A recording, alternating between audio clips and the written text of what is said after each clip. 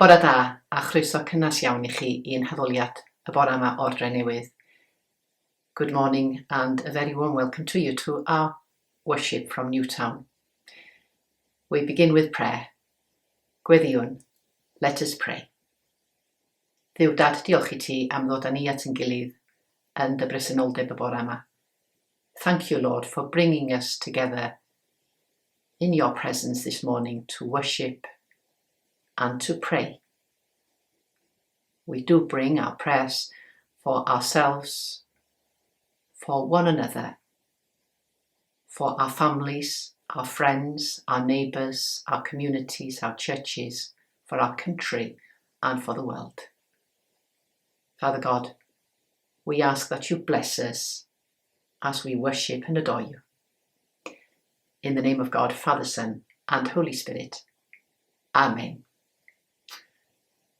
Emyn Boblogaidd, a very popular hymn for us to sing along with, Dear Lord and Father of Mankind.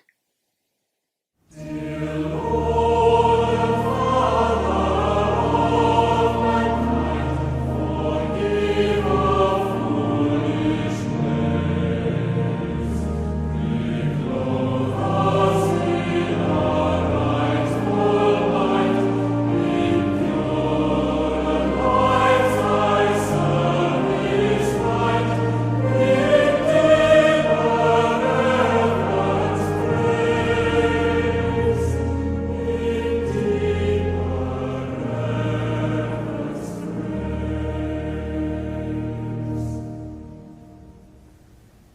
In simple trust thy hands, Lord, beside the Syrian sea.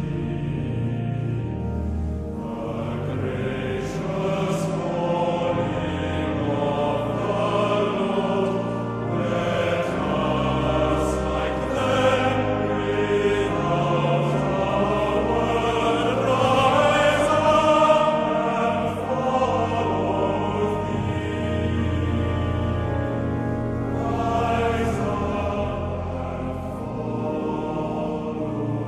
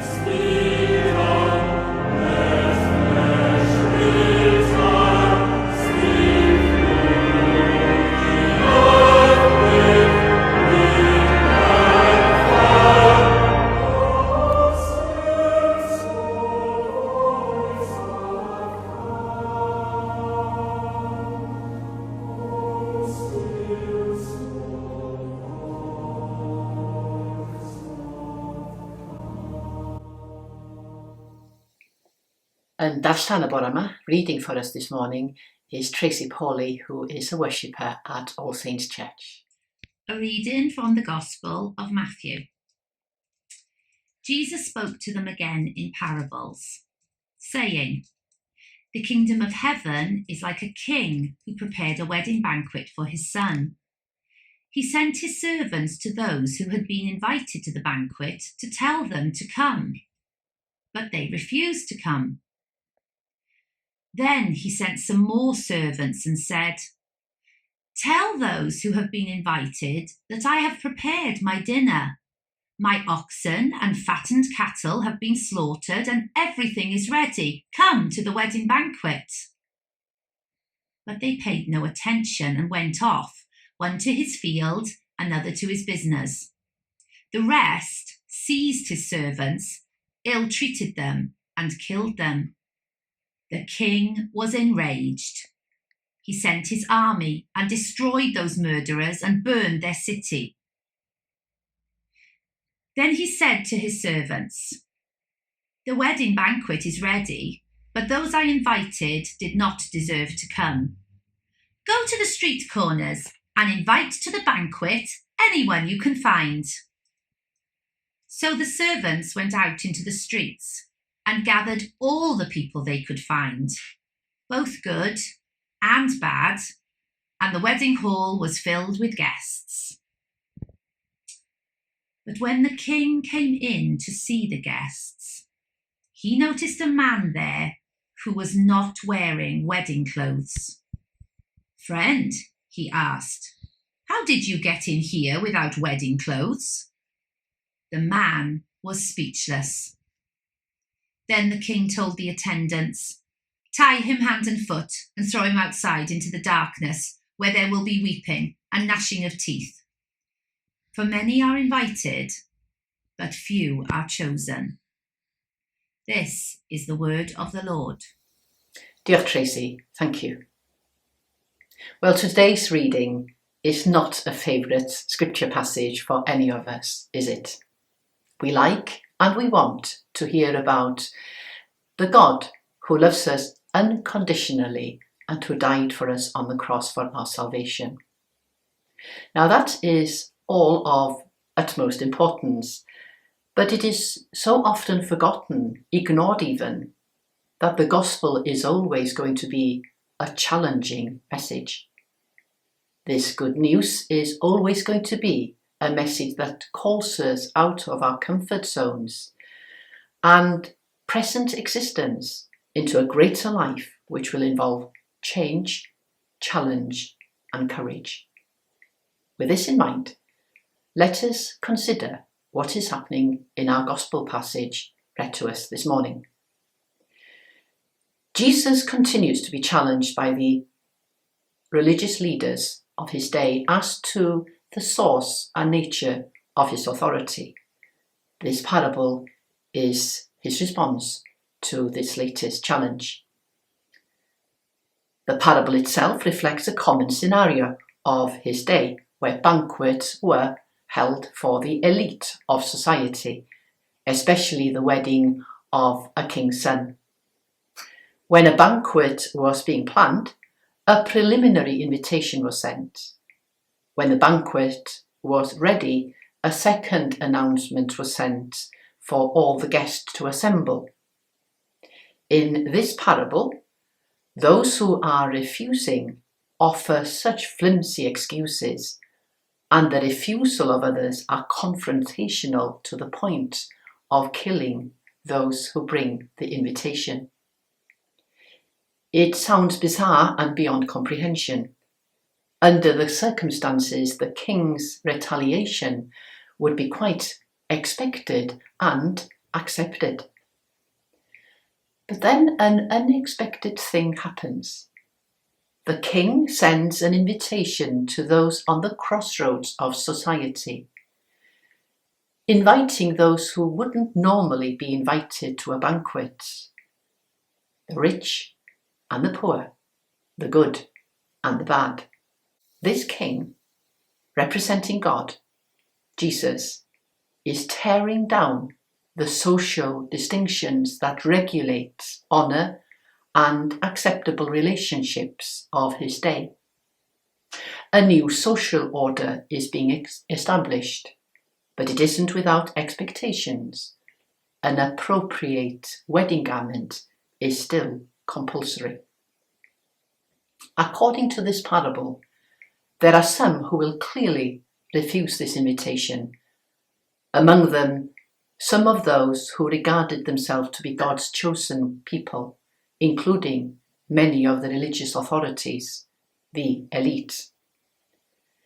They rejected Jesus and killed him.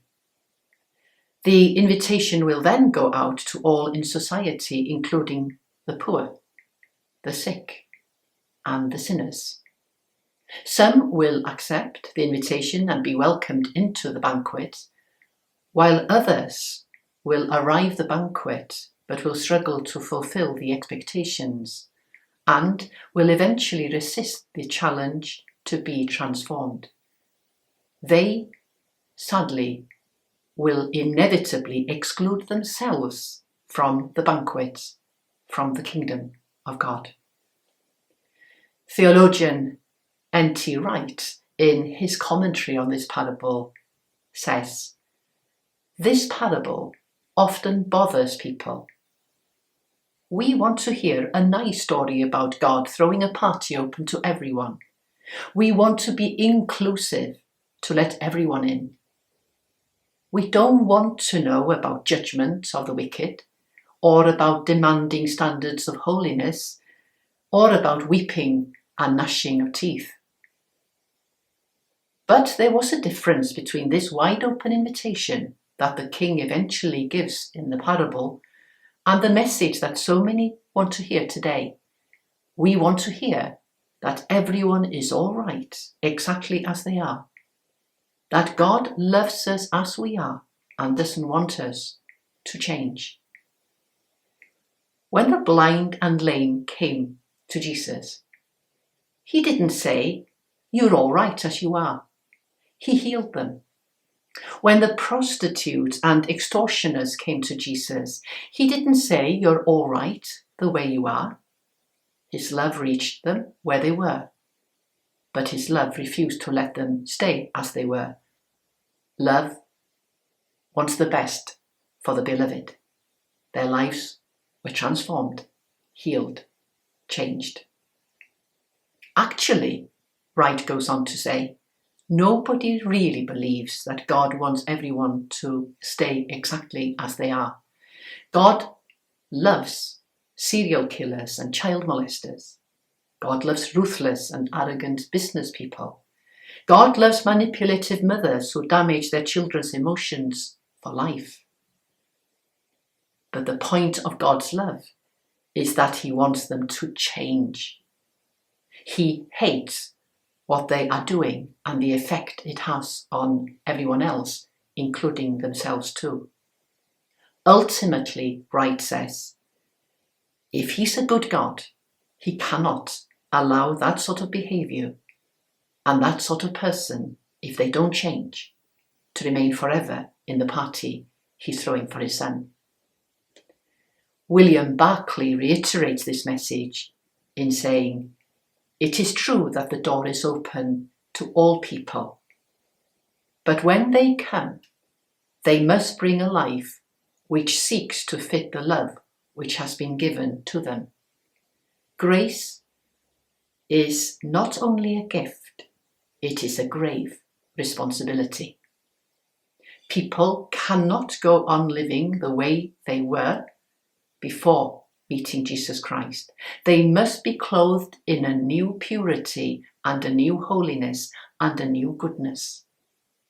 The door is open, but the door is not open for the sinners to come into and remain a sinner, but for sinners to come and to become saints. You and I have been invited to the banquet, not because we belong to the elite, but because we are people on the crossroads of our society, on the crossroads of life. The Christian church is to be rooted at the crossroads of our community, welcoming all, for all are invited, welcoming them to join God's family and helping them to find the right garment to wear. We do this by living, teaching, and sharing God's radical generosity, compassion, love, and forgiveness every day of our lives, within our own families, our own communities, and wherever we find ourselves in the world.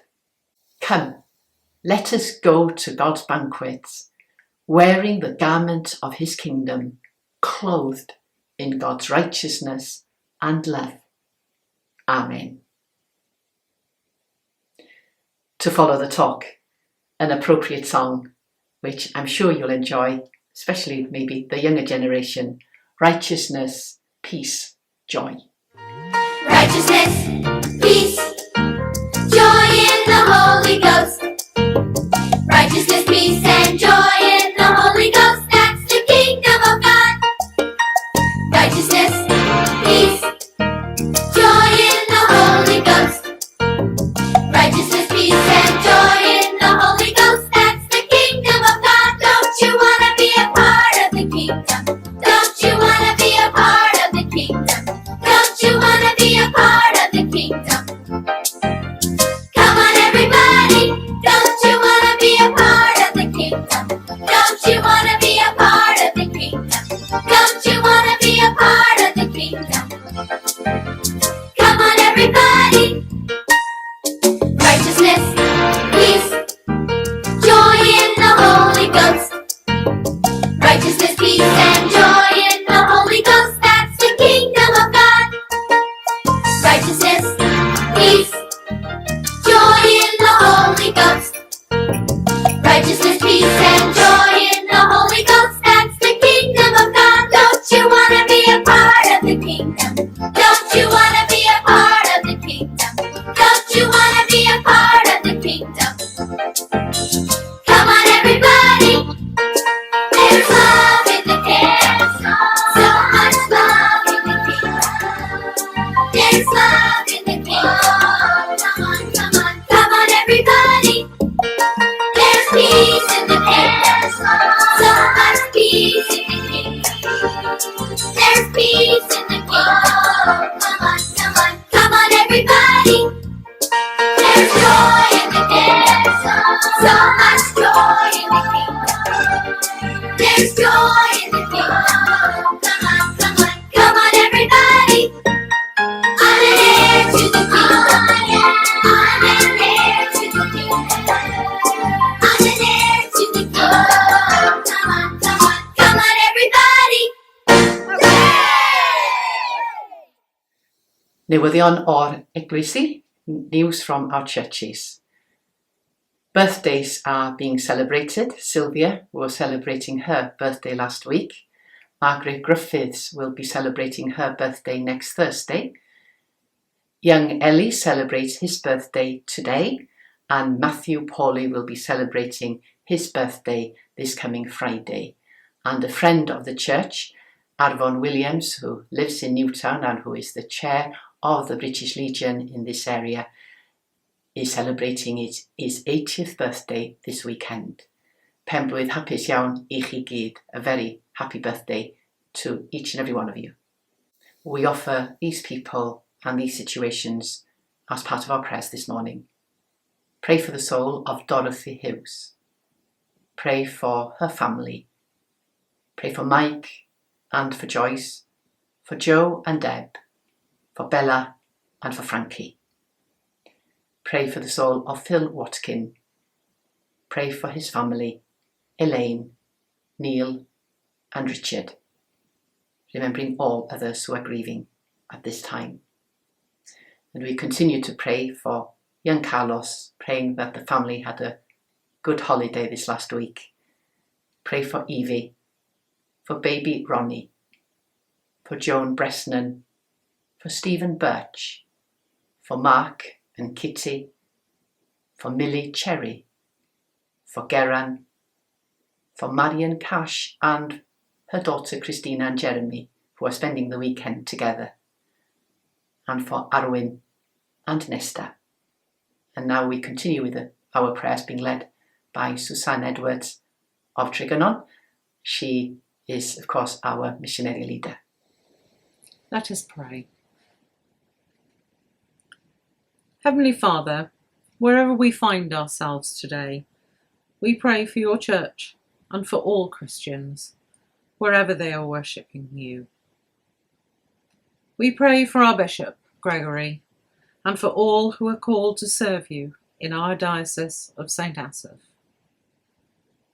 We pray for our clergy, for Jeanette and Nia, the readers and those in training in our mission area. And we pray for all those who work tirelessly for our churches. Lord, in your mercy, hear our prayer.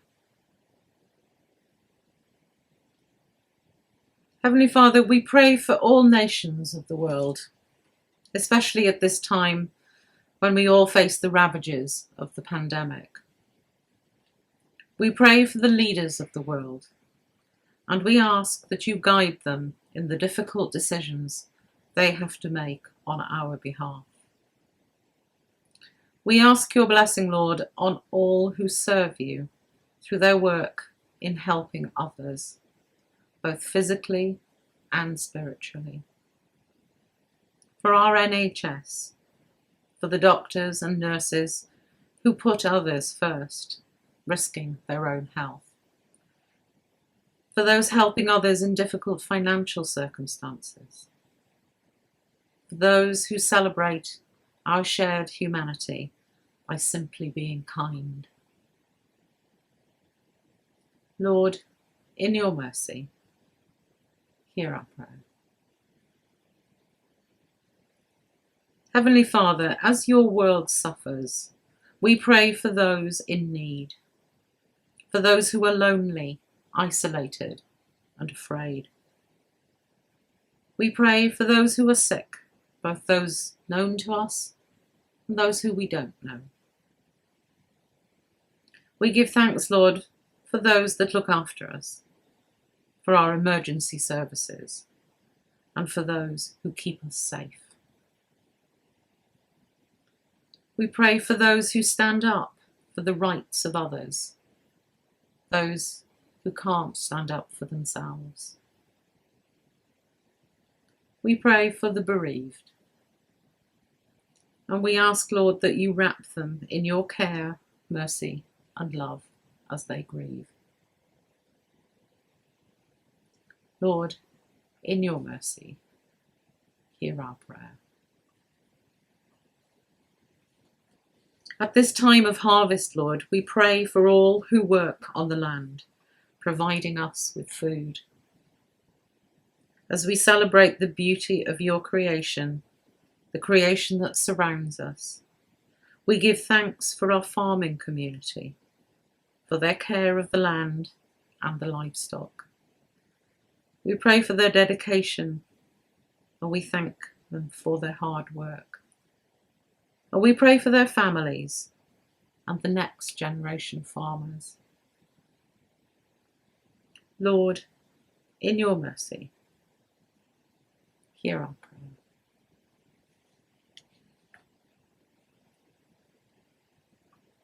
Please join me in saying the Lord's Prayer together. Our Father, who art in heaven, hallowed be thy name. Thy kingdom come, thy will be done, on earth as it is in heaven. Give us this day our daily bread, and forgive us our trespasses, as we forgive those that trespass against us. Lead us not into temptation, but deliver us from evil. For thine is the kingdom, the power, and the glory, forever and ever. Amen. Diolch. Thank you, Suzanne. Well, this brings us to the end of our time of worship together. Pray indeed that it has been an enjoyable experience for you and that you have felt the presence of the Lord and his love embracing you. Gweddiwn, let us pray. Father God, We ask you now as we go about our daily lives and ministry, that you indeed clothe us with your righteousness, that we enable others to find the right garments, that they may become people of righteousness, spreading the good news, sharing your love in this community and in the communities where they live. Father God, we ask that you give us that peace that is beyond all understanding, and the blessing of God Almighty, the Father, the Son, and the Holy Spirit be among you this day and always. Amen. Change my heart, oh God. Make it